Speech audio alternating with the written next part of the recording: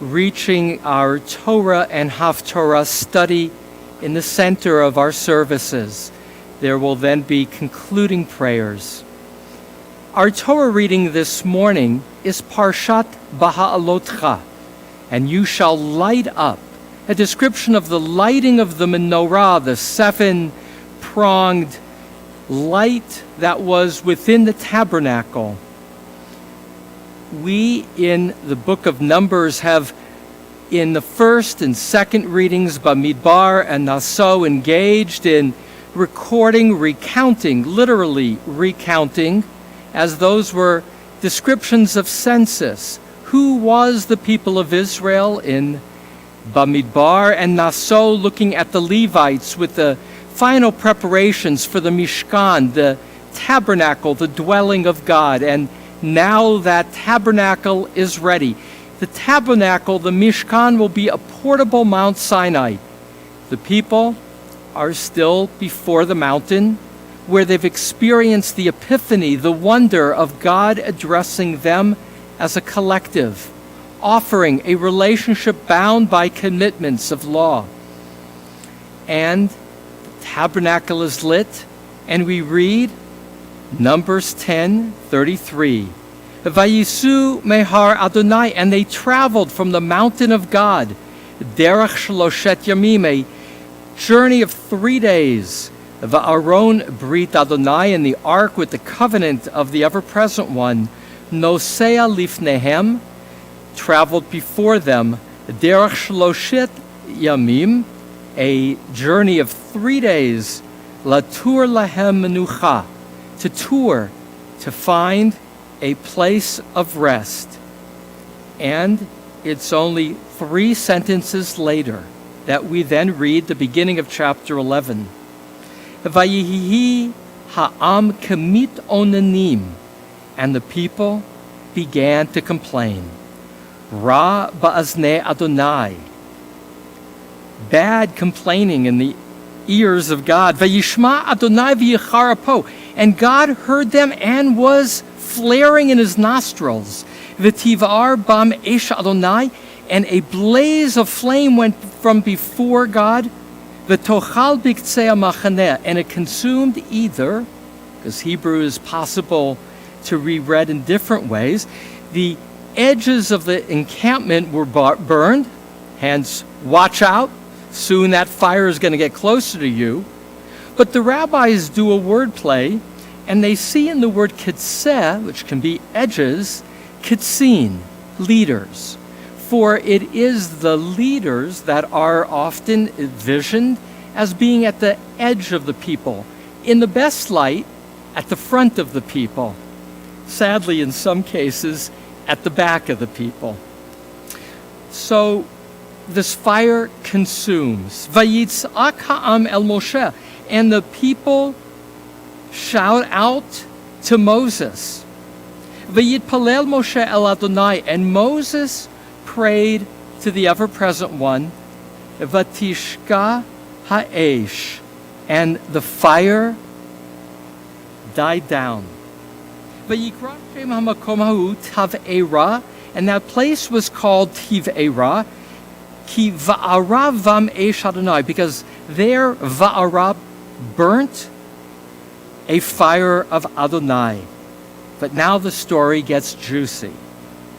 Va'asafsuf asher b'karbo, and the riffraff which was in their midst, hit avavu ta'ava, they had this craving of cravings, v'yeshvu vayivku, and they sat down and they cried. Gam b'nei Yisrael, also the larger community of Israel, v'yomru, and they said, Mi ya'achilenu basar, who will allow us, cause us to have meat? Zacharnu et ha'da'aga, they remembered the fish. Asher nochal b'mitzrayim chinam, which we ate in Egypt for free. Et ha'kishuim, the cucumbers. Et havatachim, the watermelon. Vet hachatzir, the leeks. Et habitzalim, the onions. Ve'et hashumim, and the garlic. Va'ata nafshenu yevesha, and now our soul is all dried up. Ein kol bilti el haman einenu, there is nothing except that manna before our eyes. And then there's a description of that manna. And verse 10. Vayishma Moshe et ha'am. And what you're going to now hear is the nadir, the lowest point of Moses' leadership, probably the lowest point in Moses' life. Vayishma Moshe et ha'am. Moses heard the people. Bochal mishpachotav ish lefetach ha'halo, crying with their family units, each at the gates of their tents. Vayichar af Adonai ma'od. And now it's Moses' nostrils flaring. Uvenei Moshe ra. And it was evil in Moses' eyes. Vayomer Moshe el Adonai. And Moses says to the ever-present one, Lama hera'ato lavadecha. Why have you dealt so badly with your servant? V'lama lo metzati chen beinecha. And why haven't I found favor in your eyes? Lasum et masa kol ha'am hazeh alai, to burden me with such a burden, this entire people on me? Ha'anochi ha'ri'iti et kol ha'am hazeh. Did I bear the pregnancy of this people? Im anochi yaladidihu. Did I give birth to them?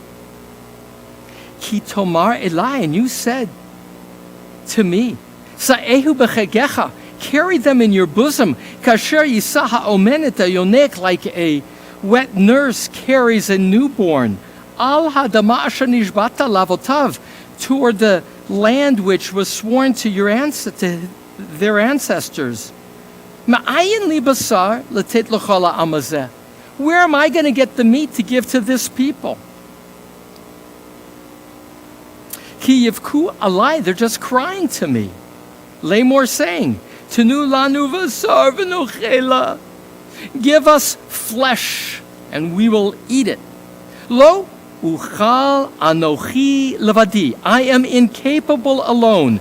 Laset et kol ha'am hazeh, to carry this entire people.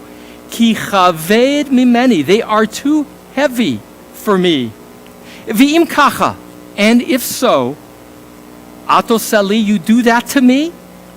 Hargeni na, please kill me. Harog, kill. Imetzatichen beinecha, if I have found favor in your eye. Va'al ereh berati, I can no longer see this evil. Now that takes the breath out of you, doesn't it? Hargeni na harog. Please kill me. I've had enough. This is the low point. And here's God's response. Vayomer Adonai el Moshe.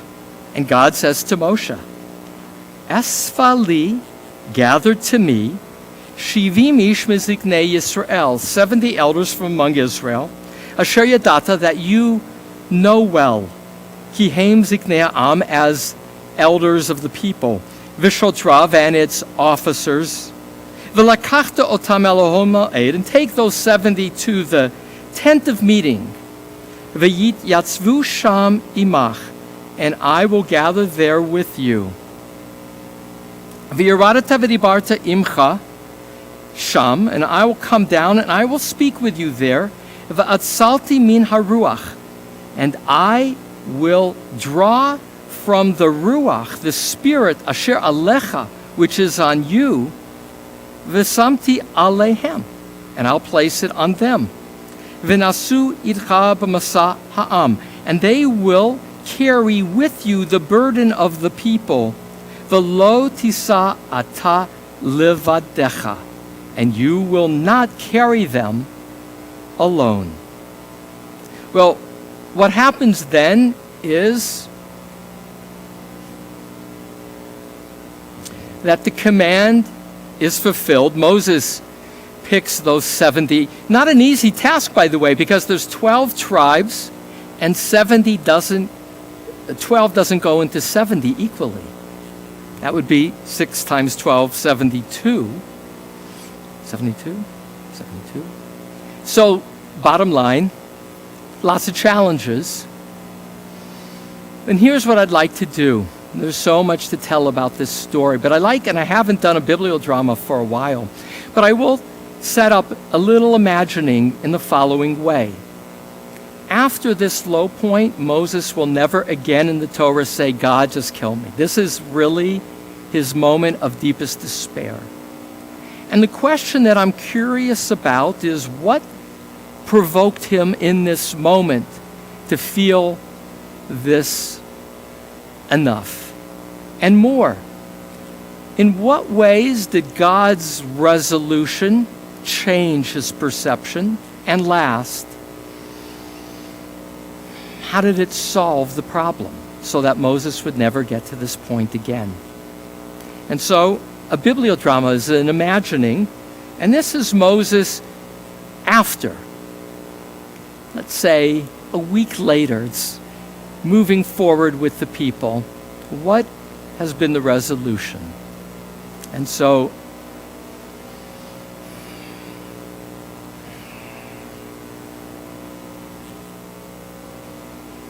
my name, Moshe, was given to me by a princess of Egypt who drew me out of the water. Water, cool, flowing, life-giving. And here is a place of fire. Tiv Ra. God has just brought fire around us. It feels like the opposite of my origins, my opposite of my yearnings. I have been told by God that I will take this people, Eretz Zavat Chalav Udvash, to a land flowing with milk and honey. But here the land is parched. Yes, there is manna, but I understand the people. It's hot. It's uncertain. Every day is like the day before. So you ask, what is it that got me so upset in this moment? Combination of fatigue, lack of support, and mostly a sense of uncertainty about my own mission. Fatigue. I've been leading this people a role that I didn't want. And I've led them now away from the mountain. It's only been 3 days, but the mountain can no longer be seen in the distance. And as that mountain disappeared, what I sensed about the people was despair. A sense that they had not only left the mountain, but they had left God and the responsibilities that God asked of them. And as they began to cook with this new stew of life, they began to say, we want to eat real food, but more. We want to be free. Because Moses took us out from slavery, and we stood before that mountain, and all we heard were laws. Law after law after law. And although there were 10 pronounced, we were told, hold on, people. These 10 are going to multiply and multiply, because going forward, you will be a people bound by laws. Every day is the same. They're bored, and they're dealing with the uncertainty, not only of how and when they'll get to the land, but what will be the, if you will, the constraints to feeding their gut. And so what pushed my button in this moment? Despair. That they were unwilling to hold on to the discipline of gratitude. Discipline of gratitude. God had taken them from the land, but God wanted a relationship that came with commitments of a higher mindset of living. And instead of a higher mindset of living, of an aspiration to be a free people with the responsibilities of caring for the least among them, all they cared about, family by family, underline that. People began to be more concerned with who they already knew, family by family in their tents, wailing of what was lost. Rather than seeing themselves as at Mount Sinai, biyachad, as one, they were now fragmented and concerned for themselves alone. And so I was bereft of a sense of a people that would go with me. But here's the kicker. You see, I had other leaders before. These are not my first 70 leaders that God helped me appoint. There were other elders who circled Mount Sinai when I went up to the top. But those leaders weren't leaders. They were Pekitzeh HaMachaneh. They were those who followed rather than led. And so when God came and consumed, God consumed them. They who were at the back, if you will, in terms of a moral calling. Because that's the purpose. If we're not going to be a holy people, then we won't serve God and we will not have a purpose. And to follow is ultimately to ratchet down to the basest level. For when the people lead in mass, they fragment and they become concerned about what's in it for them. And so I was left not only seeing my people focused on their stomachs, but the people I had relied on to help me lead, having forgotten that there was indeed a calling. And so what changed? The nature of my partnership. It was the light that God had placed on me, the light of prophecy, the light of ecstasy, the light of knowing that our calling was to be holy, closer to God, seeing the world through God's eyes of caregiving rather than selfishness. It was that light that God took from me and placed on 70 new kinds of leaders in our midst. And then I knew that it was not on me alone. Then I knew that indeed my purpose, God's purpose, was something that at least the leadership could support the people in achieving, and thereby support me. Because otherwise, it was pointless. And when life becomes pointless, it's not worth living. That was my low point. One last piece to share. God could have taken Spirit and given it to them. But God took the Spirit from me and placed it in them. And I understood what God was saying, which is, Moses, you are still needed. Because in any community, there needs to be a leader. That's reality. A leader sets a tone for the leaders behind, and then for the people behind. A leader who's of character, of moral vision, of a sense of duty and responsibility. And so I knew that even though there were 70 people with the Spirit of God now, their spirit had to come symbolically from God through me. It's to say that it's ultimately always from God, not from me. I am only a vessel. But I needed to be that symbol of leadership, that vessel, more than a symbol, that presence to help the 70 help others. And so I move forward with this people with trepidation, knowing the challenge of stamina, the stamina of every day being like the day before, the stamina of falsely remembering how good it was once, which is all untrue. But that's the trick of the mind, all the more when things are uncertain. But I move forward knowing that God will lead the way with the cloud by day and the light at night, the fire that's a fire not to burn, but a fire that's controlled to lead. And so I conclude with a prayer as Moses. Source of challenge, may I be worthy of your call and your mission to lead. Even when exhausted, may I find in your Spirit a light that shows me the way, a light that is shared as if I was a candle, sharing that light with others who will further illuminate the encampment. and may we move forward toward holiness, toward the light of life, the light of love. Amen. A closing couple thoughts, because that was Moses' prayer. I'm not Moses. Important to make distinctions between explorations of text through imagination and knowing our own realities of life. Clearly, there's always parallels in Torah with the world in which we live.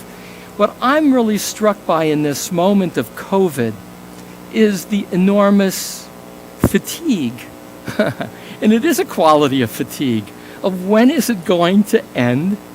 And, it's not the same working on the screen.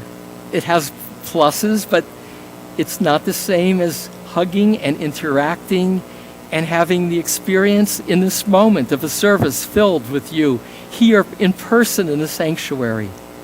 This story is the story of spiritual birth, and it's the story of our people in a desert where everything looks the same day after day, where the food is the same day after day.